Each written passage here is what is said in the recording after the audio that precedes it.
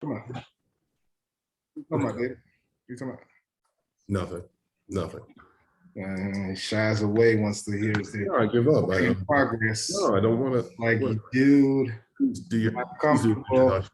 Can we get going? I wanted to try and live stream. We're gonna make that happen the next time, Dave. We're gonna make that happen. So, all right. So I'm gonna get this thing jumped off, started. Guys, bear with me. Let's have some fun. All right.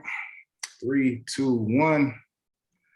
Welcome everybody. Welcome to another episode of Hawk Talk. I'm your host, Colin Cole, and man, I got another great show for you today. I got two great guys jumping on with me. But before that, man, we have to have another awesome show. We got to talk about this game against Colorado State. The Rams came into Kinnick Stadium, but we got a chance to extend that winning streak. We got we're here on 9 straight games, a 9-game winning streak. Man, that's a great thing for the Hawkeye program, and I'm excited going forward, man. We got another great game coming up next week, but we're going to talk about this one. I'm going to jump right into it and introduce my resident guest host, 2-time All Big Ten, 3-year starter at offensive tackle, luxury real estate mogul in Chicago, Illinois, Mr. David Porter. David, thank you for joining me today on the show, sir. Yo, man, thanks for having me. It's always a pleasure. You over there shaking your head. Did I say something wrong? I said luxury. I didn't say anything wrong at all. Okay, I think I was right, but it's all good. And then sticking with our student athlete spotlight, that's what I'm gonna do. Stick with us because we have the opportunity. Last week we had great cornerback Matt Hankins join us on the show. This week we have Iowa's Aussie Bomber. That's what I call him. I call him Aussie Bomber. I don't know. That might not necessarily be necessarily PC, and I hope it's not being rude by saying that. But my man's kicks have been a thing of beauty at times. The punt he had at Iowa State, that put them guys inside of the 10, that resulted in the safety. Man, that's a thing of beauty, bro. Like I said, an absolute beast. Listed as a preseason All Big Ten candidate. I believe personally that this young man will be a Ray Guy Award finalist. Of course, I'm talking about the punter out of Melbourne, Australia. He is also celebrating his birthday next Thursday. My man, Tory Taylor. Tory, welcome to the show, sir. Thank you very much for having me, guys. I really appreciate you guys getting me on here. I'm looking forward to talking some nonsense because that's what I'm pretty good at. And from what I've gathered, I think we all are. So I'm looking forward to it. Hey, Tory, let me tell you something. I'm going to start this off right. I want to be honest with you. All the love in the world for specialists. Man, what you do is just tremendous. I'll be honest, I was hoping for a defensive guy. David was like, no, I want an offensive guy. You know what? We met in the middle. We said the best solution to this problem is to have the Aussie Bomber himself, Mr. Tory Taylor, man. Thank you again for joining me, brother. Thanks again for having me. It's always a good day when the specialists are getting some love, so I appreciate you having me on.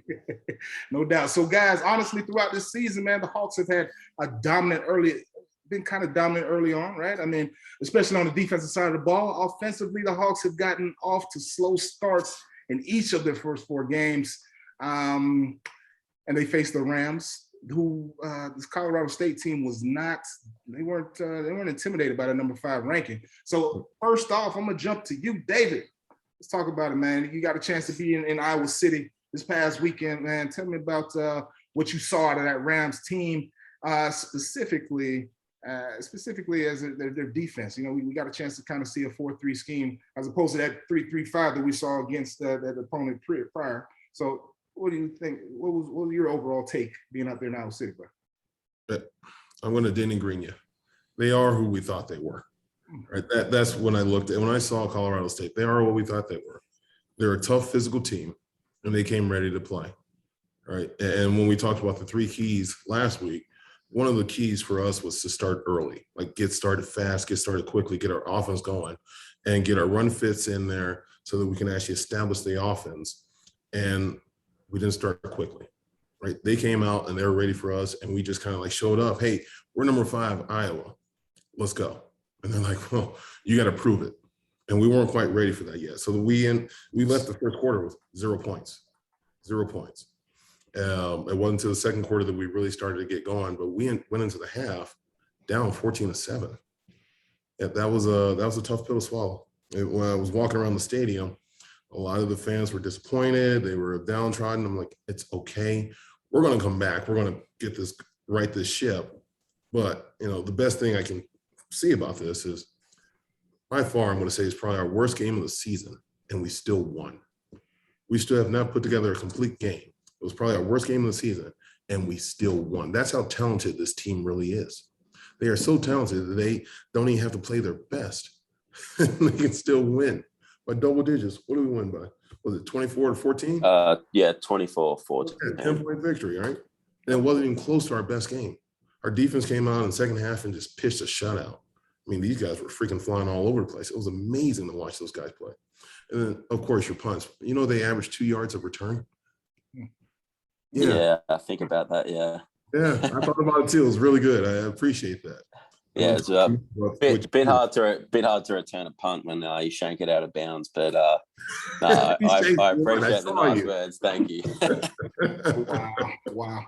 I wasn't expecting you to say that, Tory, but you did mention it. It did happen. But, these things happen. It was a pressure situation. That sort of thing happens. It did set up one of the scores of the game. But let me ask you this, Tory, since you make mention to that. Talk to me about what your process is while you're out there on the field and how you kind of go through going into, obviously, the snap and then getting your catch and then going through with the follow through and finishing the play. Oh, yeah. So I've kind of developed, when I got here last year, I really didn't know anything really to do with American football. And I was kind of just figuring stuff out, just going with the flow and fluking my way around on the football field. But this year, one of my biggest goals was to just develop a proper sideline routine. Because I feel like when you develop that routine, it all just becomes, I know for me, it just works because I just feel so much more relaxed because it's like what I'm doing in practice, it's the same thing as what I'm doing in a game. So I've got my specific routine. Like when it's first down, I just jump on the bike and then I'll second down, I kick a couple of balls into the net. And then I just feel like I'm ready to go. Like I can walk over to Coach Woods confident and ready to go. Take a few deep breaths. That's one thing that I've also focused on a lot is more so just like the mental side of things because it really is. I know it's a physical game, but it's 99% upstairs, especially for my position because I know that I can kick the ball the way I want to, but it's really just going out there and executing it. But to answer your question, it honestly happens so quickly that I kind of just run out there and it really just feels like there's just like a tunnel around me and I'm really just like focusing on catching that ball and then kicking it. But I've been kicking a ball like I feel like some people don't understand. Like I've been punting in American football for about 2 years, but I've been kicking a similar shaped football for honestly since I was almost born. Like you guys grew up throwing the football or the baseball or things like that. I literally grew up kicking the football. So it's really not anything too different to what I've grown up doing. It's obviously a bit harder when there's big 6'4", 230-pound guys running at you, trying to get you. So that was certainly quite daunting when I first got out there at Purdue last year. But I think it's really just come down to developing a sideline routine. And that's really something that I've knuckled down in the off season, just chatting to other guys and Jason Baker, who I'm sure both he's helped me a lot dramatically. And I owe a lot of credit to him because he's helped me with a lot of stuff, especially that sideline routine sort of stuff and more so the sports psychology side of football. Because punting's kind of one of those things you got to be so technical. There's such a fine line between hitting a good ball and a bad ball. But he's really kind of just narrowed it down for me, and that's made it 10 times easier. It's interesting. A shout out to Iowa Hawkeye alum Jason Baker, who lives down here in Charlotte. So yeah, shout out to him. But it's interesting, talking about playing a completely different sport for basically your whole life, and then making the transition over to playing football. I mean, there are a lot of similarities, but there are a lot of things that are different.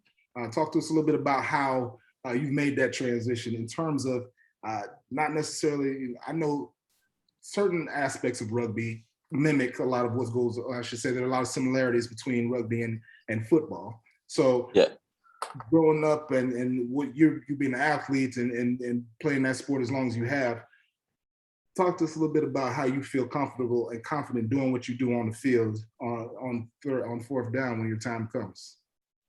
I think it just comes back to repetition. But the hardest thing was, I mean, when I was back home in Australia punting, like we would every session, like 3 or 4 times a week, we'd just pound balls, like ball after ball after ball. Whereas here, they manage your repetitions quite a lot. Like some practices, I might only get like 8 or 9 reps in a live period. So that's kind of been different because I kind of thought, oh, I'll just come over here and just pound as many balls as I can and I'll be ready to go. But when you only have such a small amount of kicks, you've really got to knuckle down because you don't know when your next one is going to be. And it's especially like that in a game.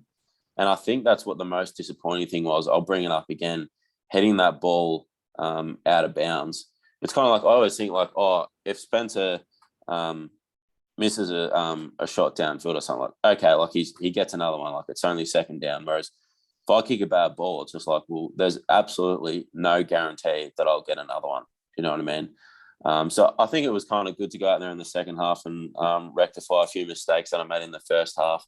Yeah, like I said before, I feel like the transition, I mean, it hasn't been easy, but it hasn't been as hard as I thought. I feel like you just have such a small amount of time to catch the ball and kick it. That's probably been the hardest part. And just doing it in a live period with some big guys running at you, trying to get you, not so much in practice, but more so in a game. Yeah, they're coming to get you, which is understandable because it's the same for us. We're trying to get them. No doubt. So, all right, I appreciate you sharing that with us, man, because I definitely had that thought and thinking about that in terms of making a transition and what that process is like. So we're going to jump into let's talk a little bit about that Hawkeye offense and shifting gears a little bit. Talk to me a little bit. You're there on the sideline. You know, it's relatively new to you, but you know you're there on the sideline, so you're getting the grasp of it. I'm sure at this point. Spencer Petras had maybe his most prolific day, throwing for 224 yards off of 15 for 23 passing with 2 touchdowns. Unfortunately, Tory, he threw his first interception of the season, which led to a Colorado State touchdown, which made the game 14-7 at deficit at the half. You talk a little bit about how, you know, that punt, if you shank it, sometimes it takes the air out of the stadium. What was it like on the sideline when Spencer threw that interception? And young man obviously streaked down the sideline. What was the energy like in the stadium then?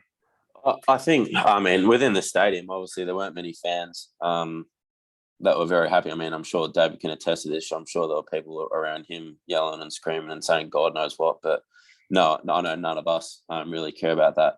But I think the one thing that Spencer does really well is, first and foremost, he ignores the noise, the external noise, but he's really good at just moving on to the next play. And I mean, I chat to him quite frequently about this because I feel like, I hope I'm not being biased or anything, but I really feel like there's only 3 positions in football where there's really a definitive outcome. It's like I'll either like hit a good punt, Caleb will either miss or make a field goal, or Spencer will either make the pass or not the pass. It's really probably just Caleb and Spencer that really have that definitive outcome of, I guess, success. Like I said, Caleb either makes the field goal or Spencer either makes the throw or he doesn't.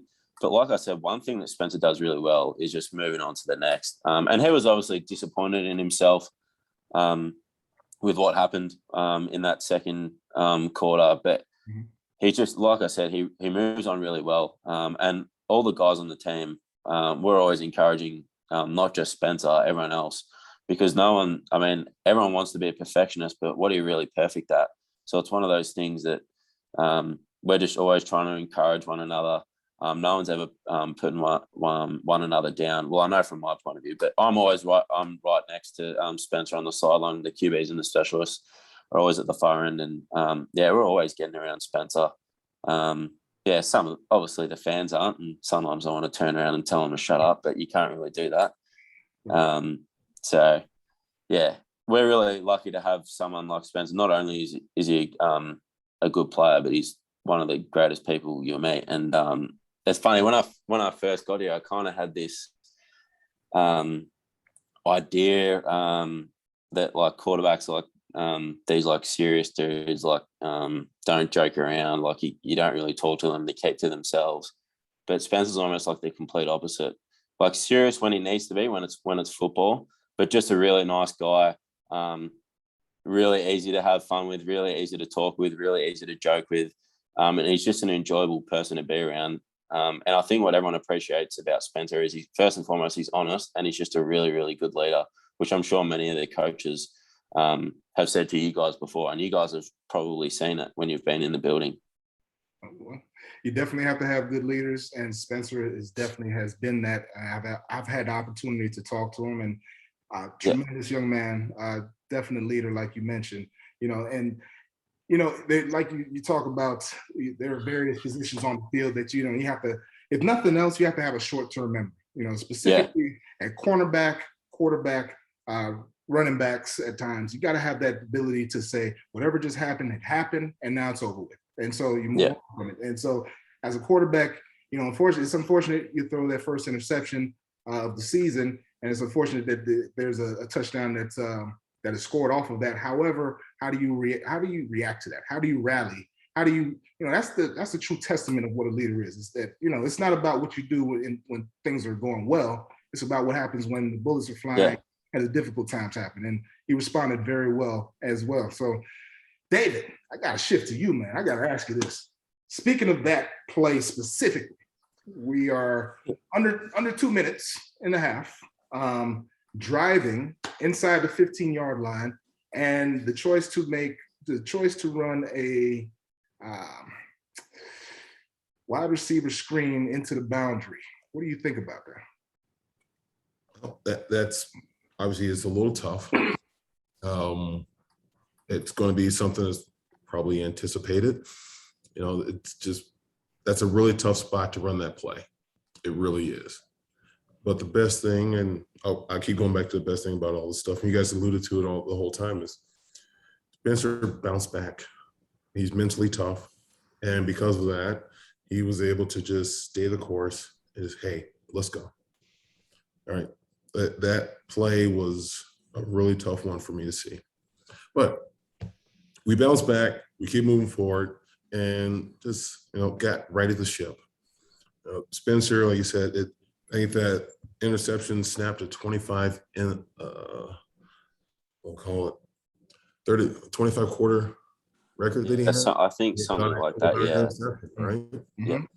And the fact that he just kept going and staying the course, knowing that he snapped that record and he bounced back, and the team got better in the second half as opposed to worse. We just, the temerity that this man has, right, to allow the offensive line to grow up around him, right? When things aren't going perfect, you don't hear him pointing fingers at everybody else. You don't see that stuff. You don't hear that stuff. He's saying, hey, we can get better. We have things to work on. That's a real leader, right? His leadership skills on and off the field, I think that's the differentiator. He is clearly the leader of that offense. Yeah, I think he's probably one of the leaders of the whole, like, in the building. I mean, obviously everyone looks up to the coaches and things like that, but really you're with the coaches for 2 hours in the morning at practice and then an hour and a bit in meetings, so really 3 hours a day, but you're with your teammates on the field, you're with your teammates in the locker room, like you live with your teammates. And I know for a fact he's someone that I personally look up to Spencer, just because he's, I don't even care about the football side of things, because that's just 2.5, 3 hours on a Saturday, but more so just as a person, because he's a really nice person. He cares for people, and he just wants people to be great at what they do. And if that means he's got to sacrifice stuff for himself, then he'll do it. And I think there's a lot of guys on the team like that. But like I've said, a lot of people, including myself, really look up to Spencer. And I feel like we're really lucky to have someone like him on the team.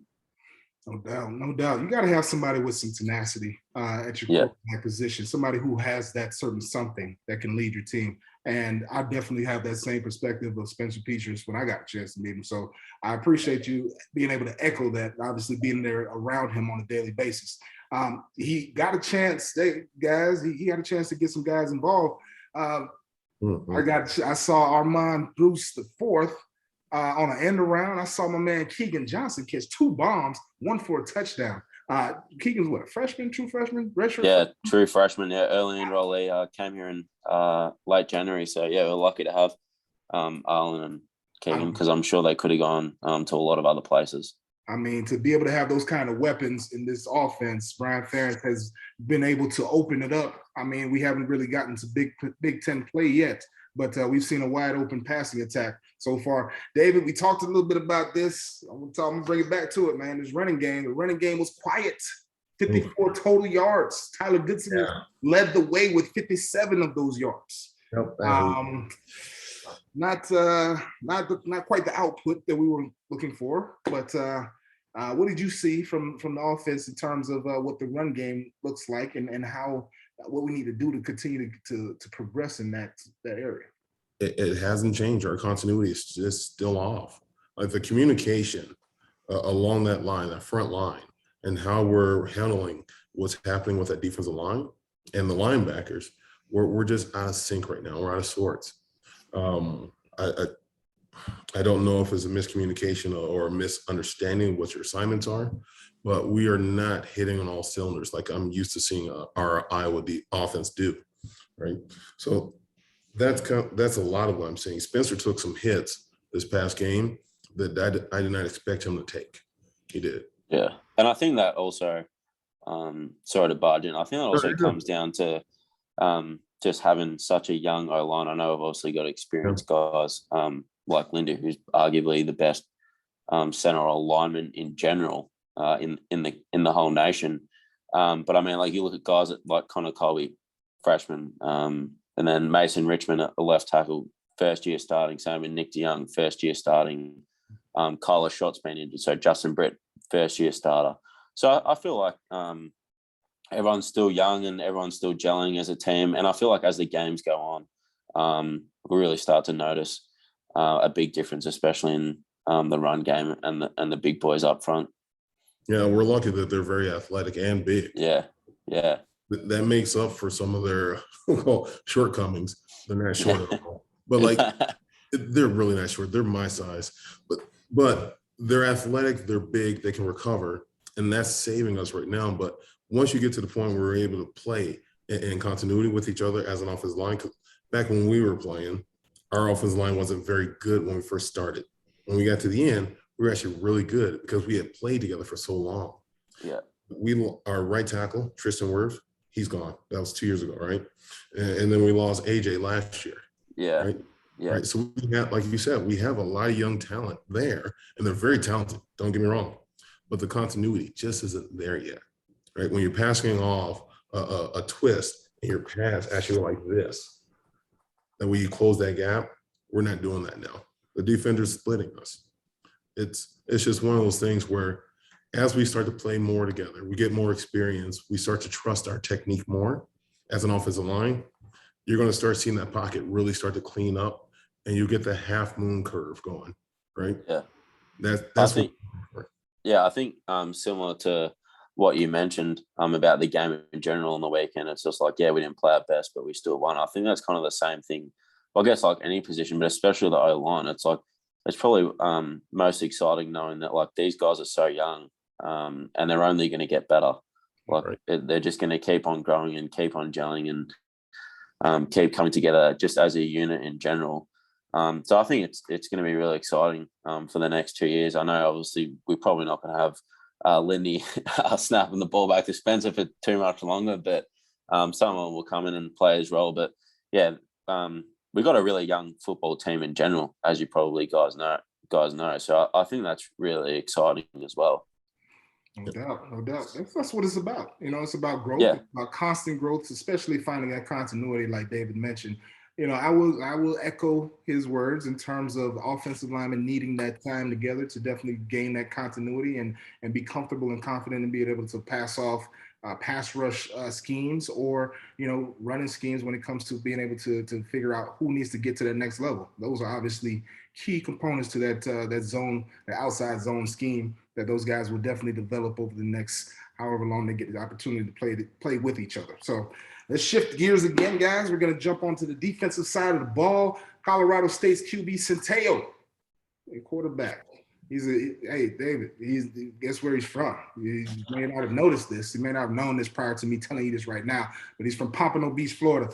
Tory, I got to tell you, man, in my opinion, Some of the best athletes, Here we go. best athletes I know in what the it is. country come from Florida.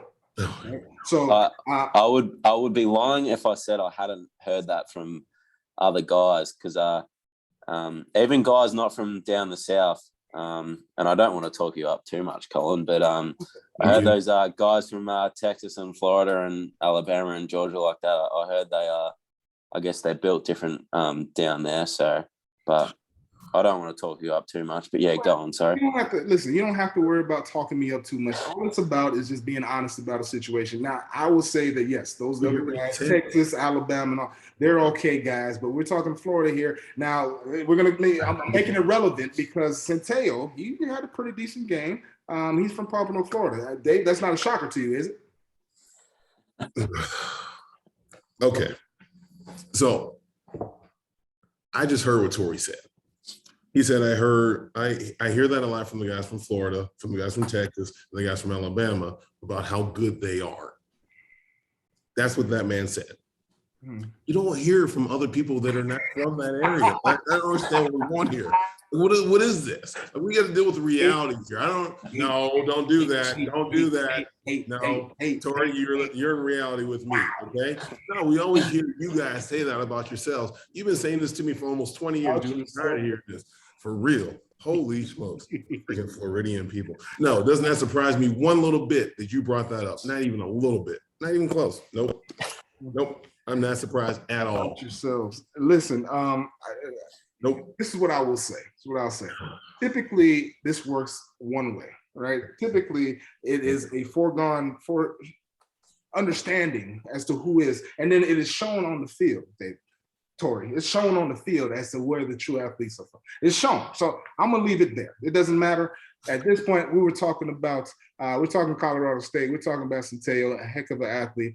Trey McBride, a beast of a tight end, made some tremendous plays as well. But the Rams, they played well overall. Our defense had to step up. We kept the trend going. Another turnover led to a touchdown. With the ensuing play being an end around to Tyrone Tracy. Talk to us a little bit about that. First, Tory, talk to me a little bit about what that does for an offense or for a team, for a stadium overall, to create a turnover that Jack Campbell has, and then that ensuing play results in a touchdown. How did that completely change, or what did that do to the momentum, and what did that do to the energy of the stadium?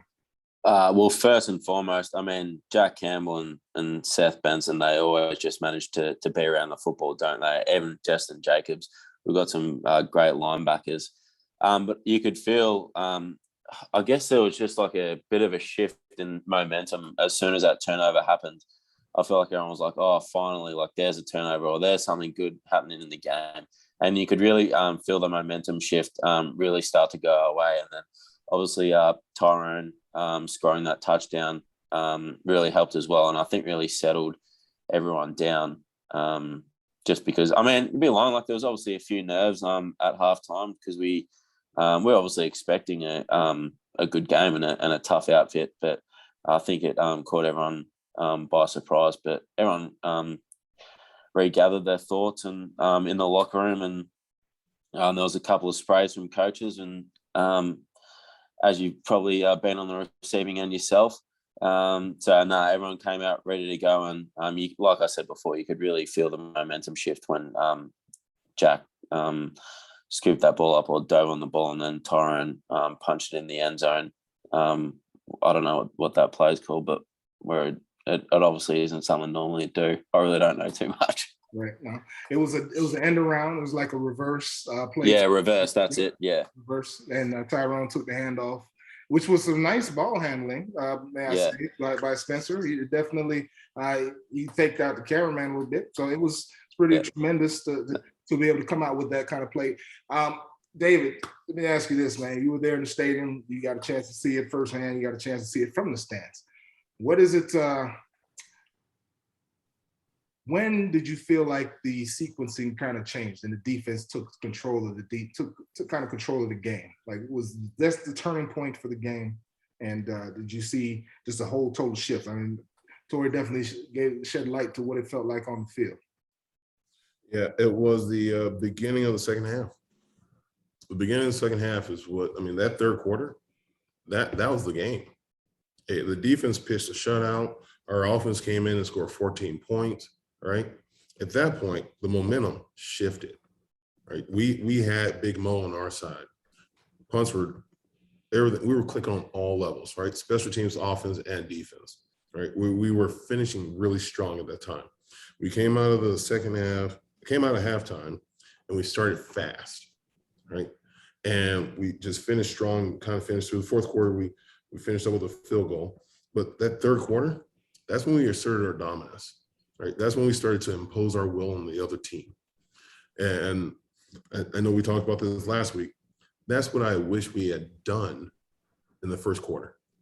It's just, it baffles me. We're so talented. We're so good that we don't even have to play our best and we can win. We just put ourselves behind the stick. And we put ourselves in a bad position needlessly. We're really talented. We can come up and make up for it, but I don't think we need to do that. But yeah, that third quarter, those 14 points and shutting them out, that completely transformed how the game was going the entire time. Yeah, that was it. I totally agree. No doubt. So great victory, and yeah, definitely turned around. I agree. It definitely felt like coming out of that at a halftime, the team had a different energy, different spirit about itself. So I definitely agree with you on those terms. Great win for the Hawkeyes. Great win for you guys, Tory. Now, moving on, getting ready to start into the meat of Big Ten play, heading out to College Park, Maryland. Is this your first trip to Maryland? It is. It's my first trip to Maryland, and it'll be my first trip outside Iowa with fans. So obviously we had the Iowa State game earlier in the year or a couple of weeks ago. But yeah, this will be my first, I guess, Big Ten away game with fans. So I'm really excited. To be honest, I don't really care about the fans or anything like that. So I'm also just excited. I think it's a great opportunity, and like you said, it's the start of a Big Ten football. We don't play any more non-conference games for the rest of the year until the bowl game. But I think everyone's just really excited, more just for the opportunity in general, and then another opportunity for us to showcase all the talent we've got. No doubt, man. No doubt. So this is the first time in quite a while, number 5 Iowa Hawkeyes, and well, I should say are ranked as high as they are, and now travel on the road to College Park, Maryland. Is going to be, David, it's going to be a blackout game, man. What are your keys for the Hawkeyes to emerge with a win for this upcoming Friday, October 1st at 8 o'clock? It's going to be the same as it was before. I mean, we're going to have to start fast on offense, get our offense line involved. This is going to be a test for our defense, though. That quarterback that Maryland has. Yeah, he's a stud. He's very good. He's a stud. Yeah, he can sling that rock. He already has 10 touchdowns, right? He's passed for 1,340 yards already for the season. He's a stud. So our secondary, that Legion of Boom, they're going to have to step up again. We're going to need them. Or get our offensive line involved in the game early on, get Spencer some good protection, give him a clean pocket so he can step up and throw those passes and make that delivery where we put it right in the bread basket. Once we do that, man, it's going to be good. Assert our dominance early, start early, and finish strong. We can do that with Maryland, and we're going to do just fine. We'll come away with another W. Yeah, I think that's one thing that we did really well at Iowa State was just taking the crowd out of it and just really silencing any external noise or pressure or anything like that. Not that many guys feel it. But yeah, if we can silence the crowd early and get away to a good start, I really feel like it'll go a long way to us winning the bowl game. No doubt, no doubt. Keeping along those same lines, Tory, tell me, I got a different question for you. What, in your strongest opinion, what keeps the Iowa Hawkeyes from getting the victory on Friday night? I feel like sometimes, I guess, in the first few games, we haven't started, the last couple of weeks, we haven't started well. And I feel like the biggest thing is just not dropping our heads, whether we're down 7-0, 14-0, 21-0. It's just worrying about little stuff at a time, just one play at a time. Just not dropping our heads. But I think, like you guys said, if we can get going on offense, I feel like that's the biggest key to the game at the moment. So I feel like, if anything, we've just got to be good in all three areas of the ball, because I really feel like they're all important as one another. Obviously, defense and special teams have been doing their part, and so has offense. But we can improve in all areas. So yeah, I think we're all really excited for the opportunity and looking forward to it. Well, I think you guys have both covered it pretty well. I think the biggest thing for me is just making sure that running game is got to be, definitely, it has to be priority number one. It has to be the area of emphasis this week, and starting fast. Yeah. is also the biggest key. Is also another big key. Third key, they got to do a good job on Talia Tagovailoa. That guy. Yeah, I was just about to mention that guy's, he can throw the football wherever he wants and put it wherever he wants. Not to mention his ability to escape pressure, his ability to get on the edge. They plan runs for him, but we'll get into that in the preview show later on this week. David, what you got for me, man? You got something for me? What you got, man? I just had one question for Tory. You know I like to ask my questions. Oh boy, I've been waiting. Let's do it. I mean, you're the punter. You have gunners, right? You guys your gunners are really special. I've seen them do some things out there that are, I mean, God, this guy got pancake, got up and caught the ball and down to within 5 yards. I mean, who's your favorite gunner? Who's my favorite gunner? I mean, I would have to say Terry Roberts. I mean, you guys have seen him, but I don't want to discredit either or anything like that, especially considering he's my housemate. Uh-huh. But I know I've said this before, and I feel like a lot of people sometimes just think I'm making it up, but they really honestly make some of my okay punts or not so good punts look good. Do you know what I mean? Like I've hit some balls and I'm like, oh, that's too low. I better get on my bike and run down the field and return this. And then before you know it, it's either been fair caught or Terry Roberts just flattened some dude inside the 10. So yeah, I honestly owe a lot of credit to the whole punt unit, but especially those guys, because like I've said, they've made my some of my okay punts look great. And I'm honestly so lucky that I have those guys on the team. Because I don't want to be running down there and making tackles. But you know what though? Hey, let me say, as 6'4", let me tell you something. You don't want to go down there, but I feel the utmost confidence in your tackling. Yeah, considering your past sporting ability. I mean, I did. So some people are like, "Have you even tackled before?" I'm like, "Come on, man! Like that's literally our game. That's literally Australian football. Do you know what I mean?" I'm like, of course I have. Come on, man. I was like, I've probably tackled more times than you. Right. Yeah. Exactly. And the proper form as well, Tory. The proper form. Yes, exactly. As long as I don't get the old targeting call like that kicker from USC did last week, I thought it was a bit unlucky there. Yeah. Wouldn't have happened too many times where a kicker gets thrown out of the game, especially for targeting. I missed that. So the kicker, the punter, USC? The USC kicker on kickoff on the first kickoff of the game was thrown out of the game for targeting. Yeah, you'll have to give it a viewing. It's quite amusing. I'm gonna get on YouTube and check that one out. Yeah, that's got to be. Yeah, no. I thought it was quite impressive. I'm like, wow, a kicker being thrown out of the game. That's kind of cool. Yeah, targeting. That's pretty cool. Hats off on that. Yeah, kudos to him. Yeah. It's the first time I've ever heard that. So that. Yeah. No, there you go. That was quite amusing when we were talking about it in the specialist room the following day. Absolutely, that is amazing. I'm gonna look that clip up. You'll have to. That's awesome. All right, well, that's our time for the day, man. I appreciate you guys.